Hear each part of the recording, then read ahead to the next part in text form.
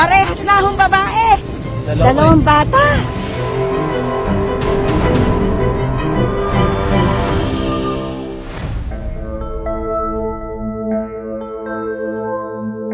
Sabi ko po sa kanila, pag nakaramdam kayo ng gutom, sumunod kayo, magdala kayo ng pumunta kayo doon.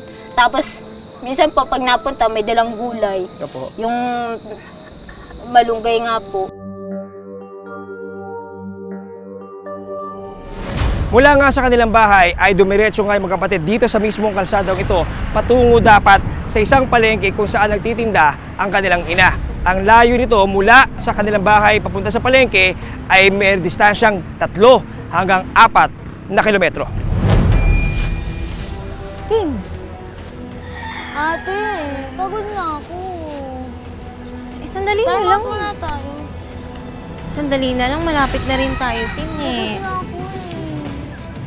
Sige, sagit lang ah. Chini, Maria, asan na kayo? Chini, alali na kayo. Kakain tayo, may dala kang pagkain. Nay, hindi niyo po ba kasama yung dalawa? Ha? Hindi. Pagkagising ko po kasi, wala na po sila. Ha? Eh, bakit nasaan? Ay, Diyos ko. Parehas na akong babae. Dalawang bata. Based doon sa findings, talagang mayroong sign na inabuso sila. May dalawang bata kasi na dinala sa ospital kanina. Parang sina Jenny at Maria. Ha? Hindi yan ito, nanay.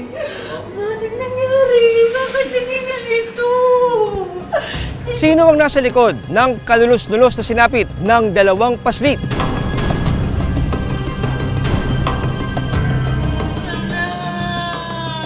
Samahan ninyo ako sa pagtuklas sa katotohanan, sa paghahanap ng katanungan sa likod ng krimeng ito.